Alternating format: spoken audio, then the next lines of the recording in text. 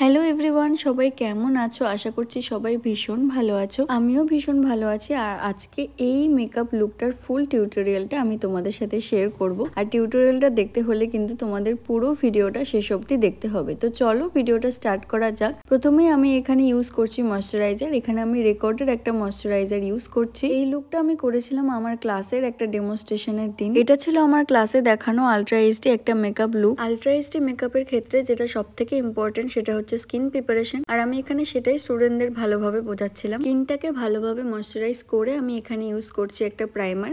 এখানে আমি একটা এইচডি প্রাইমার ইউজ করছি। এটা ভীষণই লং লাস্টিং, মেকআপটাকে অনেকক্ষণ লং লাস্টিং করতে হেল্প করে, সাথে স্কিনটাকেও একদমই স্মুথ রাখে। এরপর আমি এখানে ইউজ করছি একটা লিকুইড হাইলাইটার। ফেসে একটু এক্সট্রা গ্লোর জন্য আমরা এই লিকুইড হাইলাইটারটা ইউজ করতেই পারি। এখানে আমি ইউজ করছি নাইকার লিকুইড হাইলাইটার। শুধুমাত্র ফেসের হাইলাইটিং এরিয়াগুলোতেই ইউজ করতে হবে, পুরো ফেসে একদমই আমরা ইউজ করতে পারবো না। পুরো ফেসে যদি লিকুইড হাইলাইটার ইউজ হয়ে যায় তাহলে সেটা ভীষণই বাজে লাগবে দেখতে, পুরো ফেসটাই চকচক করতে থাকবে, আর সেটা একদমই করা যাবে না। লিকুইড হাইলাইটার ইউজ করার পর দেখো স্কিনের গ্লোটা ঠিক কতটা সুন্দর এসেছে। এরপর আমি এখানে মডেলের স্কিন অনুযায়ী একটা কনসিলার কালার চোখের নিচে ইউজ করে নিচ্ছিলাম। আর ফেসের যেটুকু জায়গায় আমার প্রয়োজন মনে হয়েছিল সেইটুকু জায়গাতেই আমি কালারটাকে ইউজ করেছি। এরপর একটা ওয়েট বিউটি ব্লেন্ডার দিয়ে আমি পুরো ফেসটাতে কনসিলারটাকে সুন্দরভাবে ব্লেন্ড করে নিচ্ছিলাম। কনসিলারটাকে ভালোভাবে ব্লেন্ড করে নিয়ে এরপর আমি স্টুডেন্টদের ফাউন্ডেশন সম্পর্কে কিছু বোঝাচ্ছিলাম। কোন সিজনে কোন ফাউন্ডেশনটা সব থেকে বেস্ট, কিভাবে ফাউন্ডেশনটা ইউজ করলে সব থেকে ভালোভাবে অ্যাপ্লাই হবে, এছাড়াও বিভিন্ন ফেসে আমরা ফাউন্ডেশনের শেডগুলো কিভাবে সিলেক্ট করব,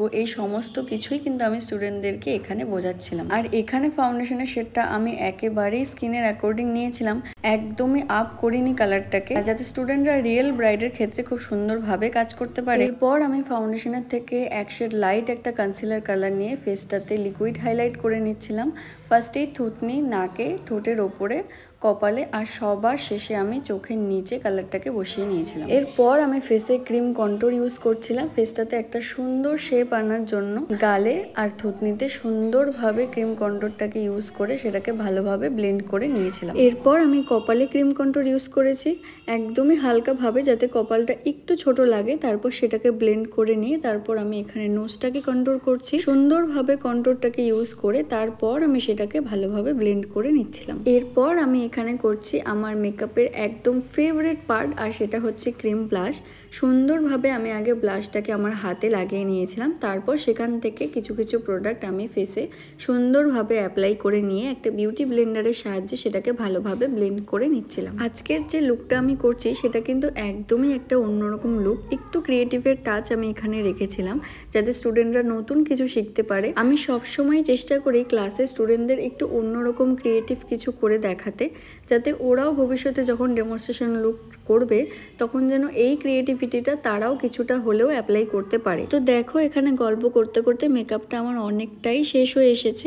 পুরো ফেসটাতে আমি সুন্দরভাবে সবকিছু ব্লেন্ড করে নিয়ে পুরো ফেসটাকেই পাউডার দিয়ে সেট করে নিয়ে তারপর এখানে আমি আই মেকআপও স্টার্ট করে দিয়েছিলাম।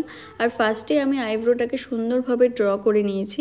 আর আজকে আমার মডেলের আইব্রোটা কিন্তু একটু মোটা ছিল, তো আমি সেটাকে আর এক্সেস করিনি, যতটুকু আইব্রো ছিল আমি সেটুকুকেই করেছি। আর তারপর এখানে আমি আই বেসটাকে সেট করছি। এবার আমি এখানে ইউজ করছি পাউডার কন্ট্যুর। এখানে আমি ফরএভার 52 এর পাউডার কন্ট্যুরটা ইউজ করছি। এটা ভীষণ ভালো, ভীষণ পিগমেন্টেড, মোটামুটি সব স্কিন টাইপেই এটা কন্ট্যুর হিসেবে ভীষণ ভালোভাবে কাজ করে। তোমরা একবার এটা কিন্তু ট্রাই করে দেখতে পারো। এরপর আমি এখানে ইউজ করছি পাউডার ব্লাশ। এখানে আমি আই ম্যাজিকের একটা প্যালেট থেকে পাউডার ব্লাশটা ইউজ করছি।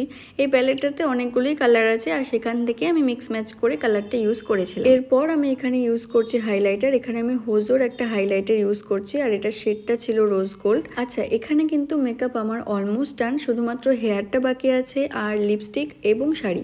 আর আমি এখানে সুন্দর করে ছোট্ট একটা টিপ পরিয়ে নিয়েছিলাম, আর তাতেই দেখো লুকটা কতটা ফ্ললেস লাগছে। জাস্ট বেসটা দেখো কতটা ফ্ললেস বেস হয়েছে। আর শাড়িটা পরিয়ে নেবার পর এই যে লুকটা এসেছে, শাড়ি আর সুন্দর করে আমি এখানে লিপস্টিকটা পরিয়ে নিয়েছিলাম।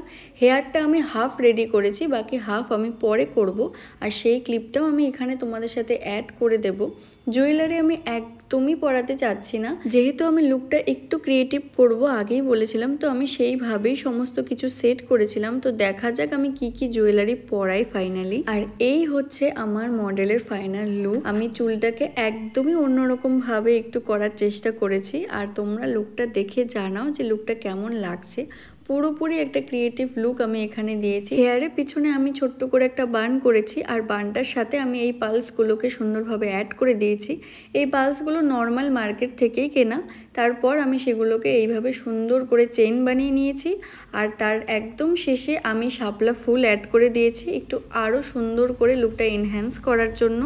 তো তোমরা লুকটা দেখে জানাও লুকটা কীরকম লাগলো, আমার ক্রিয়েটিভিটিটা তোমাদের কেমন লাগলো, আর তার সাথে সাথে মেকআপটা কেমন লাগলো অবশ্যই জানাবে। ভিডিওটা ভালো লাগলে লাইক, কমেন্ট এবং শেয়ার করে দিও, আর চ্যানেলটাকে সাবস্ক্রাইব করে